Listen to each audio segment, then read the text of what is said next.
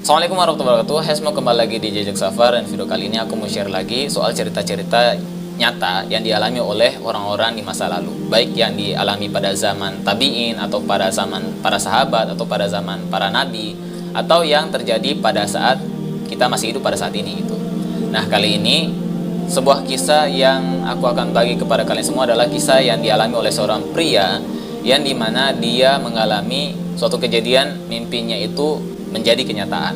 Jadi kisah ini berawal di mana pria ini 20 tahun yang lalu pergi ke Mekah untuk haji.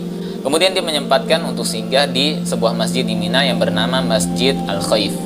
Di masjid itu dia sempatkan untuk beristirahat sejenak dan akhirnya tertidur.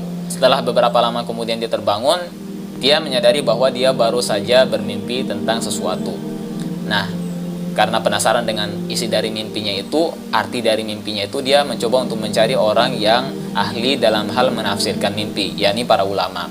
Kenapa para ulama? Karena dia meyakini bahwa para ulama itu Allah berikan hikmah dari kesolehan mereka itu, sehingga mereka, ada sebagian di antara mereka itu Allah berikan kelebihan menafsirkan mimpi. Ketemulah dengan seorang ulama yang bernama Syekh Muhammad Ar-Rumi. Diceritakanlah mimpi itu kepada Syekh Muhammad Ar-Rumi ini. Kemudian Syekh Muhammad Ar-Rumi ini menafsirkan mimpi yang baru saja dialami oleh pria ini, dan berkata bahwa suatu saat kamu akan tawaf mengelilingi Ka'bah sendirian. Mendengar apa yang dikatakan oleh Syekh Muhammad Ar-Rumi ini, pria ini kebingungan gitu. Bagaimana bisa saya tawaf mengelilingi Ka'bah sendirian? Padahal kalau kita ketahui bersama ya, Ka'bah itu setiap harinya itu ditawafin oleh puluhan orang sampai ratusan orang gitu. Bahkan bukan cuma pagi dan siang, tapi juga tengah malam atau sampai subuh itu masih banyak orang yang melakukan tawaf di sekitaran Ka'bah itu. Maka terbilang mustahil sekali gitu kalau misalnya dikatakan bahwa pria ini bisa melakukan tawaf pada saat orang lain lagi nggak tawaf gitu. Artinya dia cuma tahu sendiri gitu. Itu kan gimana ya? Nah, tapi beberapa tahun kemudian, berselang setelah dia menceritakan mimpi tersebut, kisah yang dia sampaikan atau mimpi yang disampaikan kepada Syekh ini mulai terkenal atau menyebar di kalangan para ulama di sana, sehingga para jamaah juga sudah mengenal mimpi tersebut ya. Berjalan bertahun-tahun kemudian, pria ini kembali ke Ka'bah dan melakukan tawaf, dan apa yang terjadi pada saat itu ternyata bertepatan dengan COVID, pandemi yang sedang kita alami sampai saat ini.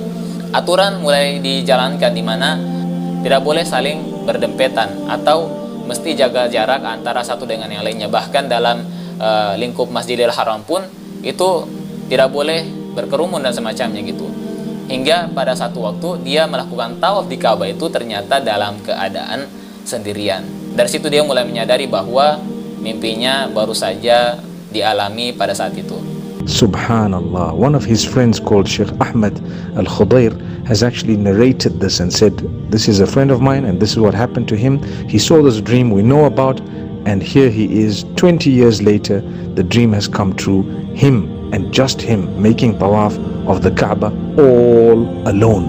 La ilaha illallah. Dari kisah ini aku mengambil pelajaran bahwa orang-orang beriman ini di akhir zaman ternyata memiliki mimpi yang begitu sensitif sekali untuk mendekati kepada kemungkinan terjadi mimpi tersebut atau terkabul di dunia nyata.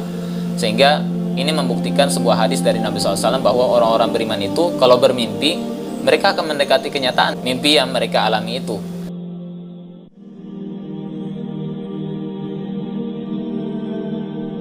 Dan yang kedua adalah mimpi orang-orang beriman ini termasuk salah satu dari mukjizat yang dimiliki oleh para nabi, sehingga itu diwariskan juga oleh orang-orang beriman ini, apalagi yang di akhir zaman ini.